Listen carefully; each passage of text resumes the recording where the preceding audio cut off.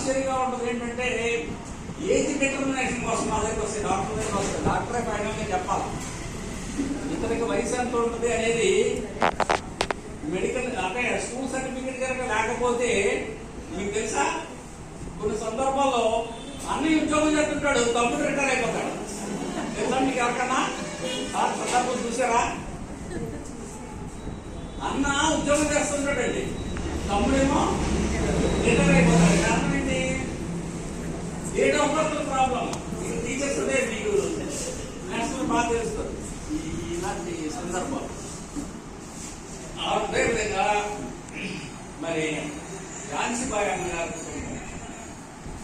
వాళ్ళ పిల్లలు చాలా అద్భుతంగా చదువుకుని మంచి మంచి పొజిషన్స్ సంపాదించారు. దానికి కారణం ఏంటంటే ఝాన్సీబాయి అమ్మ గారు వాళ్ళని ఒక క్రమశిక్షణలో పెంచింది. ఆ రోజు వాళ్ళు కూడా టీచర్ ఉద్యోగం వచ్చింది. మా అమ్మకే టీచర్ ఉద్యోగం ఇచ్చారంట. మా అమ్మకి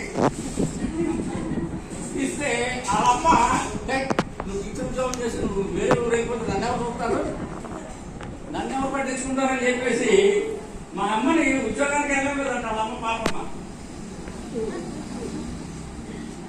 అంటే అప్పుడు 5వ తరగతి చదువుతుంటే ఉద్యోగం ఇచ్చేవాడు. అలాగే కొన్నాళ్ళు 7వ తరగతి చదువుకుంటే ఉద్యోగాలు ఇచ్చారు. 7వ తరగతి మ్యాథ్స్ హైయర్ గ్రేడ్ మ్యాథ్స్ అనేవాడు. వాళ్ళు కూడా చాలా మంది ఉంటారు ఇక్కడ. వేరు కాదు, ఇప్పుడు వాళ్ళ పేరెంట్స్.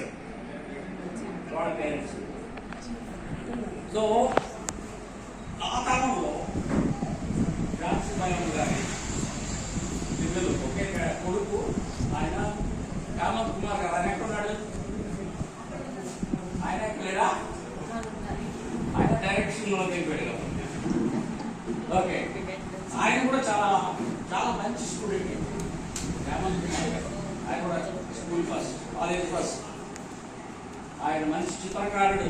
ఆయన చేసిన బొమ్మలు చిత్రాలు మరి ఆంధ్ర యూనివర్సిటీలో వాళ్ళ ఎకనామిక్స్ డిపార్ట్మెంట్ లో డిస్ప్లేలో పెట్టుకున్నారు. ఆంధ్ర యూనివర్సిటీలో ఎకనామిక్స్ డిపార్ట్మెంట్ లో డిస్ప్లేలో ఎవరు పెట్టుకుంటారంటే పెట్టుకుంటారా? ఆయన వేసిన బొమ్మలు ఉన్నాయి, మీకు తెలుసా? దీనివల్ల మీకు చెప్పకపోతే మీకు ఎవరికి తెలియదు. ఆయన పార్వతీపురంలో ఏంటి కల్పన కల్చరల్ సొసైటీ అనేది పెట్టి అద్భుతంగా అక్కడ ఉండే వాళ్ళందరికీ ఈ పాటలు, మ్యూజిక్ లో డిఫరెంట్ ఇన్స్ట్రుమెంట్స్ అంటే తబలా, హార్మోనియము, ఇంకా రకరకాల ఇన్స్ట్రుమెంట్స్ ఉంటాయి కదా, అవన్నీ వేయడం నేర్పించేవాడు. నేర్పిస్తూ ఈ ఊరిని మర్చిపోయాడు. ఆయన కూడా నాన్నగారు వెంటబడి రాలేదు. సో కాకపోతే ఇక్కడ రాకపోయినా వీళ్ళందరూ కూడా ఎక్కడుంది అక్కడ అదే ఊరు అనుకుని మన సొంత ఊరు అనుకుని అక్కడ ప్రజలే కదా, అక్కడ ప్రజలే మనలాగే ఉంటారు. వాళ్ళని కూడా మనం ఉపకారం చేయొచ్చు. వాళ్ళకు కూడా మనం ఉపకారం చేయొచ్చు. మాకేం తెలుసు మనలాంటి వాళ్ళకే చేశాం, మనలాంటి వాళ్ళకే చేశాం, పేదవాళ్ళకి సహాయం చేశాం. సో హేమంత్ కుమార్ గారు కూడా చాలా గొప్ప కళాకారులు. ఆ తర్వాత రాజ్ కుమార్ గారు చాలా ఫేమస్. మీకు తెలియదు ఎవరికే విశాఖపట్నంలో. వాళ్ళ పరివారం ఇక్కడ ఒక 50 మంది వరకు ఉన్నారు. ఈ మీటింగ్లో 50 మంది ఉన్నారు మీ బ్యాచ్. ఆయన గారి పేరు ప్రభాకర్ గారు, జేపీ ప్రభాకర్ గారు. ఆయన పెద్ద నాయకుడు. అక్కడ అంబేద్కర్ మిషన్ అని అంబేద్కర్ పాలనలో ఒక 5 ఎకరాల స్థలంలో మంచి బ్రహ్మాండమైన సినిమా హాల్గా గొప్ప అలాంటి కాన్ఫరెన్స్ హాల్ ఉంది. నంబర్ ఆఫ్ కాన్ఫరెన్స్ హాల్స్ ఉన్నాయి. అలాగే కాలేజ్ ఉంది. ఆయన ఆధ్వర్యంలో డిగ్రీ కాలేజ్ ఉంది. అలాగా చాలా గొప్ప కార్యక్రమాలు చేస్తున్నారు. అందులో యోగి గారు కూడా పాత్రధారులుగానే చర్చలు కూడా కట్టించారు. చాలా ఆ అత్తగారులో మంచి ప్రమాణాలు సెక్రటరీ చర్చలు కట్టారు. ఆయన అక్కడ విశాఖపట్నంలో 2-3 చర్చలు కట్టారు. చాలా పేరు ప్రఖ్యాతులు కలిగినటువంటి కుటుంబం ప్రభాకర్ గారు. ఆయన విశాఖపట్నం శరీరాన్ని ఆ విధంగా ఒక మంచి కుటుంబంలో చెందినటువంటి దాంట్లో భాగస్వాములు ఉండడం అనేది గొప్ప అదృష్టం. అది ఇంకా నెక్స్ట్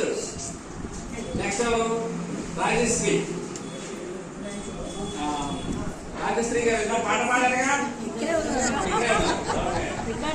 రాజశ్రీ గారు అంటే మూడో కూతురు. ఈమె కూడా ఫస్టే స్కూల్లో టాపర్. ఈమె ఆయన మన మీ అందరికి తెలుసా జడి శైలం గారు ఎవరో తెలుసా? ఐఏఎస్ అధికారి, మినిస్టర్, సెంట్రల్ మినిస్టర్. ఆయన ఆ సెంట్రల్ మినిస్టర్ తమ్ముడు గారు ఇక్కడే ఉన్నారు. మాస్టర్ గారు ఆయన కూడా ప్రసాద్ రావు గారు. ఆ ప్రసాద్ రావు గారు భార్య ఆవిడ మామూలుగా కనపడుతుంది కానీ అలా అనుకో అక్కడ గ్యాస్ కంపెనీ ఉన్నారు. అక్కడ గ్యాస్ కంపెనీలు ఈయనకుంది, అలా అలా మరిదికి ఉంది, ఇంకేమేమి ఉన్నాయి వాళ్ళకి. మామూలు కాదు. ఇంకా ఆఖరి అమ్మాయి Sharada is a politician, political leader. BSP నుంచి ఎమ్మెల్యే కంటెస్ట్ చేసింది అమ్మాయి విశాఖపట్నంలో. అలా ఆయన గారి పేరు ప్రసాద్, ఆయన కూడా ప్రసాద్ గారే. ఇంటి పేరు చాలా ప్రత్యేకత ఉంది. ఇప్పుడు ఎవరు అందుకేనా బంగారపూడి అనిత పెట్టినారా? Home minister Bangarapudi Anitha. ఆ బంగారపూడి ప్రసాద్ గారు వైద్యం. సో ఇలాగా అందరూ చాలా చక్కగా స్థిరపడ్డారు. చాలా మంచి కుటుంబాన్ని సమాజానికి జాన్సీబాయమ్మ గారి కుటుంబం ఇచ్చింది. సో దాని మూలంగా మనందరం కూడా గర్విద్దాం. చాలా ఇంకా తెలియని సామర్థ్యాన్ని గుర్తు చేసుకోవాలనుకుంటే మనం నెల రోజుల పూర్వమే కార్యక్రమంలో చేశాము. శత జయంతి ఉత్సవాల సందర్భంగా నేను పుస్తకం కూడా రాశాను. ఆ పుస్తకం మీ అందరికీ కూడా ఇస్తాం. అది చదవండి. ఆయన చేసినటువంటి మంచి పనులు ఏంటని కూడా మనకు తెలుస్తుంది. తద్వారా అది మేము కూడా చాలా మంచి పనులు చేశాము. ఎక్కడో ఇజ్రాయెల్ దేశంలో, పాలస్తీనా దేశంలో పుట్టినటువంటి వీళ్ళందరూ మన బైబిల్లో ఉన్నటువంటి ప్రవక్తలందరూ కూడా ఎక్కడ ఇండియా కాదు కదా, అమెరికా వాళ్ళు కూడా కాదు, రష్యా వాళ్ళు కూడా కాదు, జర్మనీ వాళ్ళు కూడా కాదు. ఎవరు వీళ్ళందరూ? పాలస్తీనాలో పుట్టినటువంటి వాళ్ళు. పాలస్తీనా చుట్టుపక్కల ప్రాంతాల్లో జరిగినటువంటి చరిత్ర అదంతా. సో వాళ్ళు ఆ ప్రపంచంలో రాసినటువంటిది ఇవాళ మనం చదువుకుంటున్నాము. ప్రపంచానికి అంతకీ కూడా ఒక ఆదర్శమైనటువంటి గ్రంథంగా, ప్రపంచంలో అతిపెద్ద మతంగా యుద్ధాలు చేసి కాదండి క్రైస్తవులు అవడం. ఏ ద్వారా అయ్యారు? విశ్వాసంతో, ప్రేమతో, మంచి మాటలు, అభివృద్ధికరమైనటువంటి మాటలు. ఇక్కడికి వచ్చి అని కొట్టండి, ఇది తిట్టండి, అది కంపండి, ఈ మాటలు చెప్పుకోం కదా. మనం ప్రేమపూర్వకమైనటువంటి మాటలు చెప్పుకుంటున్నాం.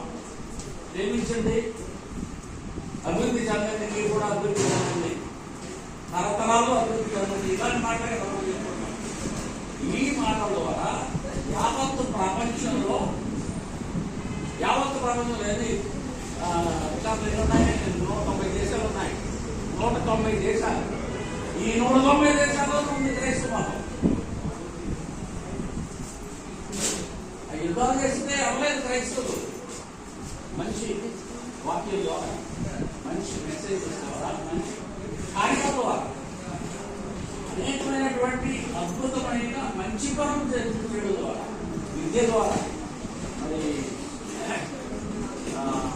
రకరకాలైనటువంటి సేవలు, అంటే హ్యాండిక్యాప్ వాళ్ళకి సేవలు చేశారు, లెప్రసీ పేషెంట్కి సేవ చేశారు, కుష్టు రోగులకు సేవ చేశారు, క్షయ రోగులకు సేవలు చేశారు. అలాంటి గొప్ప గొప్ప సేవలు చేయడం ద్వారా ఆ మతంలో, అంటే సిద్ధాంతంలో ఉండేటటువంటి బలాన్ని బట్టి ప్రపంచంలో ప్రజలందరూ ఆకర్షితులై ఇవాళ క్రైస్తవులు ప్రపంచ క్రైస్తవులై అలాగే మనం కూడా అయ్యాం. సో ఈ సందర్భంలో మనము ఝాన్సీ బాయమ్మ గారు ప్రజలకి చాలా ఆదర్శవంతంగా ఆమె జీవించారు. ఆ ఆదర్శాన్ని మనకు పంచారు, మంచి కుటుంబాలను తయారు చేశారు. సో ఈ సందర్భంలో మనం ఈ మంచి మాటలు చెప్పుకొని ఇంకా మనం బాగా అభివృద్ధి చెందాలి, ఇంకా బాగా చాలా బాగా అభివృద్ధి చెందాలని మనం కోరుకుందాం. మన ప్రవర్తన ద్వారా మరి వీళ్ళు మంచి పనే చేస్తారా, వీళ్ళు మంచి మాటలే చెప్తారు, వాళ్ళు మనం ద్వేషించకూడదు, మనం వాళ్ళని ప్రేమించాలి, అలాగే మనం కూడా ప్రేమను పొందాలి అనేటటువంటి విధంగా మనము బ్రతకాలని చెప్పేసి నేను ఝాన్సీ బాయమ్మ గారి తమ్ముడుగా ఈ మాటలు చెప్పి నేను ముగిస్తున్నాను. రాజనాథ్ గారు వచ్చారా? ఇంకా రాలేదా?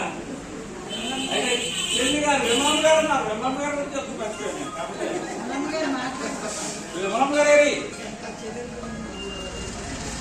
ఆవిడ కూడా రాజకీయ నాయకురాలండి. ఆవిడకి చాలా రాజశేఖర రెడ్డి గారికి ప్రియతమ సిస్టర్. రాజశేఖర రెడ్డి గారి చెల్లి పేరు కూడా విమలానే. ఆ విమల ఈ విమల. మీకు ఇంకొక విమల తెలుసా? ఏ విమల? వీరమాచిరాని విమలాదేవి గారు అని ఎంపీ ఉండేవాళ్ళు తెలుసా మీకు? తెలుసా తెలీదా?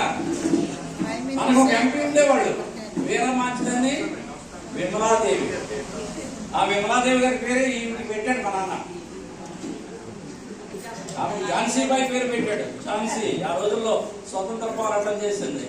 ఈ విమలాదేవి గారు కూడా పెద్ద రాజకీయ నాయకురాలు, ఎంపీ అయింది. మా అమ్మాయి ఎంపీ అవుతుందో లేకపోతే మరి ఏదో అవుతుంది అనుకున్నాడు, ఆయన అవ్వాలనుకున్నాడో దానికి తెలియదు, కానీ విమలాదేవి పేరు పెట్టాడు. ఇప్పుడు విమలాదేవి గారు చెప్తారు, ఆవిడ రాజకీయ నాయకురాలు కాబట్టి చాలా ఎక్కువ చెప్తుంది, కానీ తక్కువ చెప్పు, కొంచెం తక్కువ చెప్పు, ఎందుకంటే మనవాడు చాలా మంది ఉన్నారు కాబట్టి. రైట్. ముందుగా వచ్చిన మా అక్కగారు ప్రథమ వర్ధంతి సందర్భంగా వచ్చిన అందరికీ కూడా కృతజ్ఞతలు, దేవాది దేవునికి వందనాలు. మరి ఇప్పుడు ఇక్కడ చాలా మంది మహా మరి సేవకులు చాలా మంది ఉన్నారు. చాలా మంది అవకాశం ఇస్తారని అనుకుంటున్నారు, కానీ మరి అవకాశాలు లేవు. ఎందుకంటే ఇది కేవలం ప్రార్థనే కదండి. మరి మా అక్కగారి గురించి కొన్ని విషయాలు అందరూ పంచుకునే సమయం ఇది కాబట్టి మరి ఏమనుకోవద్దు. మరి మా అక్కగారు అందరికంటే పెద్దది. మా నాన్నగారికి గారాలు పెట్టి మరి ఆవిడకి చాలా మా అమ్మ మా నాన్న ఎంత చేశారో చెప్పలేదు. ఆవిడ చాలా పెద్దది, నేను అందరికంటే చిన్నదండి, ఆఖరు అమ్మాయి. అయితే మా అక్కగారికి నాకు దగ్గర 35 సంవత్సరాలు గ్యాప్ అండి.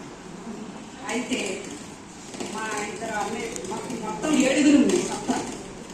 అయితే శ్యాంబాబు, మనోహర్ ఇద్దరు అన్నయ్య చనిపోయారు. ఒక అక్క జానకి, ఆవిడ కూడా చనిపోయింది. ఆ ముగ్గురు కాలం చేశారు కాబట్టి మేము ఉన్నది 2 అన్నయ్యలు, ఒక అక్క నేను. మరి దేవుడు మా అక్కని దగ్గరగా 90 సంవత్సరాలు ఆరోగ్యంగా ఉంచి మరి బిడ్డలు 4 కూతుళ్ళు, ఒక కుమారుడు, మరి రత్నాలు లాంటి బిడ్డల్ని భగవంతుడు ఇచ్చాడు. చక్కగా పెంచింది, అందరూ ఉద్యోగాలు చేసుకుంటున్నారు, ఆరోగ్యాలుగా. మరి మంచి అల్లుళ్ళు వచ్చారు, సంప్రదాయమైన అల్లుళ్ళు వచ్చారండి. ముఖ్యంగా అసలు చెప్పాలంటే అల్లుళ్ళు అందరూ మంచి అల్లుళ్ళు. చాలా సంతోషిస్తాను నేనైతే నిజంగా. మా ప్రభాకర్ గారు వైజాగ్ని పట్టుకొచ్చారండి ఇక్కడ.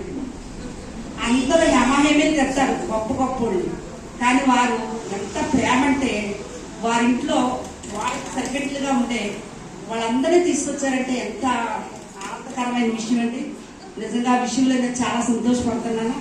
అలాగే ఎవరిని మర్చిపోరాయన, పేరు పేరుని అందరిని అభిమానిస్తారు. మంచి హృదయం, చాలా మందిని ఆయన స్వయసస్తాలతో సహాయం చేసి పైకి లెగదీసిన వాళ్ళు చాలా మంది ఉన్నారు. అలాంటి మంచి అల్లుళ్ళు రావడం మాకు చాలా అదృష్టం. మా కుమార్తెలు 4, మా అక్కగారికి కుమారుడు మరి అన్నయ్య చెప్పారు ఇప్పటి వరకు చాలా మంచి. మరి హేమంత్ కుమార్ మంచి సంగీతం, చక్కని పాటలు వినిపిస్తారు. సమయాలు లేవు, పెట్టట్లేదు కాబట్టి. కానీ మరొక సమయంలో ఎప్పుడైనా పెట్టవచ్చు. ఇక్కడ చాలా చక్కగా పాడిస్తారు పాటలు. మంచి అందరూ కళా పోషణ ఉన్న పిల్లలే చెప్పాలండి. మరి మా బావగారు కూడా నిజంగా ఆ రోజుల్లో యాక్టర్ అవుతాడు. యాక్టర్గా పిలిచారు కూడా, వెళ్ళలేదు. అంత అందగాడు, అంత అధ్యయనబావుడు. మరి వారి అందాన్ని బట్టి వారు మంచి ఉద్యోగం చేశారు. సబ్ ఇన్స్పెక్టర్గా కాలం చేశారు. మరి మా అక్కగారు కూడా చనిపోయారు. మరి ఇప్పుడు మా అన్నయ్య పుష్పరాజు అన్నయ్య చాలా కళా పోషకుడండి, శిల్పి. మరి ఎన్నో విగ్రహాలు చేశారు. ఎన్నో గ్రామాల్లో మంచి మంచి విగ్రహాలు ఎక్కడికి వెళ్ళినా పుష్పరాజు గారు ఆర్ట్ ఉంటుంది.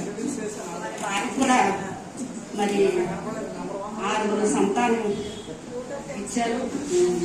చాలా చక్కని మేనల్లుళ్ళు. చాలా సంతోషపడుతున్నాం. వాళ్ళు కూడా మంచి అభివృద్ధికి వచ్చారు. మరి అలాగే డాక్టర్ అన్నయ్య మరి మొన్ననే మా నాన్నగారికి 100వ జయంతి చేశారు. నిజంగా ఆ ఉత్సవం ఆశ్చర్యకరమైందండి. ఎవ్వరూ చేయరు.